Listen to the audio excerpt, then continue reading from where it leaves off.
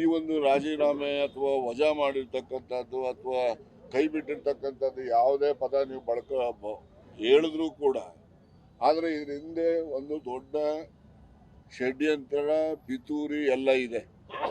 ಈ ಪಿತೂರಿ ಷಡ್ಯಂತ್ರ ಯಾರು ಮಾಡಿದ್ದಾರೆ, ಏನ್ ಮಾಡಿದ್ದಾರೆ, ಏನೇನು ನಡೆದಿದೆ, ಎಲ್ಲೆಲ್ಲಿ ಯಾವ ಮುಖಂಡಗಳ ಜೊತೆ ಏನೇನು ನಡೆದಿದ್ದಾವೆ ಅವೆಲ್ಲವನ್ನು ಕೂಡ ಕಾಲ ಬಂದಾಗ ನಾನು ತಿಳಿಸ್ತೇನೆ.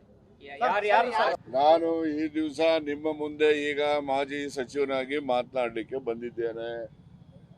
ಮಾಜಿ ಸಚಿವ ಆಗಲಿಕ್ಕೆ ಏನೆಲ್ಲ ಮಾಜಿ ಸಚಿವ ಅಂತ ಕರ್ಸ್ಕೊಳ್ಳಲಿಕ್ಕೆ ನನಗೆ ಬಹಳ ಸಂತೋಷನೂ ಆಗಿದೆ.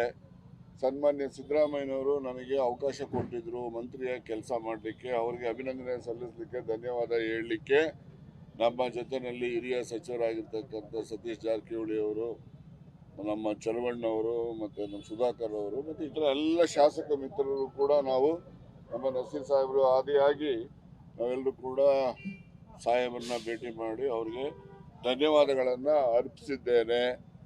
ಈ ಒಂದು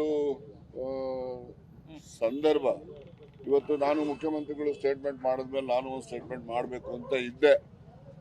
ಆದ್ದರಿಂದ ಮುಖ್ಯಮಂತ್ರಿಗಳು ಸ್ಟೇಟ್ಮೆಂಟ್ ಮಾಡದೇ ಇರೋದ್ರಿಂದ ನಿಮ್ಮಲ್ಲೂ ಕೂಡ ಕುತೂಹಲ ಇರಬಾರ್ದು, ನಾನೇನು ಹೇಳಬಹುದಾಗಿದೆ ಅಂತಕ್ಕಂಥದ್ದನ್ನ ಈಗಲೇ ಹೇಳೋಣ ಅಂತೇಳಿ ನಿಮ್ಮ ಮುಂದೆ ಬಂದು ನಿಂತಿದ್ದೇನೆ. ನಾಳೆ ನಾನೇನು ಸ್ಟೇಟ್ಮೆಂಟ್ ಮಾಡುವಂಥ ಅಗತ್ಯತೆ ಇಲ್ಲ. ಮುಖ್ಯಮಂತ್ರಿಗಳು ಈಗಾಗಲೇ ಗವರ್ನರ್ ಆಫೀಸಿಂದ ಬಂದಿರತಕ್ಕಂಥ ಏನು ಕಮ್ಯುನಿಕೇಷನ್ ಏನಿದೆ ನಿಮ್ಮ ಗಮನದಲ್ಲೂ ಇದೆ ಅಂತ ಹೇಳಿ ನಾನು ಅಂದ್ಕೊಂಡಿದ್ದೇನೆ. ಅದರಲ್ಲಿ ಡ್ರಾಫ್ಟ್ ಅಂತ ಏನು ಬಂದಿದೆ ಅಂತಕ್ಕಂಥದ್ರ ಬಗ್ಗೆ ನಿಮ್ಮ ಕುತೂಹಲ ಇರಬಹುದು. ಡ್ರಾಪ್ ಮಾಡಬೇಕು ಅಂತಕ್ಕಂಥದ್ದು ಹೈಕಮಾಂಡ್ನ ನಿರ್ಧಾರದಂತೆ ಮುಖ್ಯಮಂತ್ರಿಗಳು ಪತ್ರವನ್ನು ಗವರ್ನರ್ ಅವರಿಗೆ ಕಳಿಸಿರ್ತಾರೆ. ಆ ಪತ್ರದ ಆಧಾರದ ಮೇಲೆ ಗವರ್ನರ್ ಅವರು ಕೂಡ ಮಾಡಿರ್ತಾರೆ.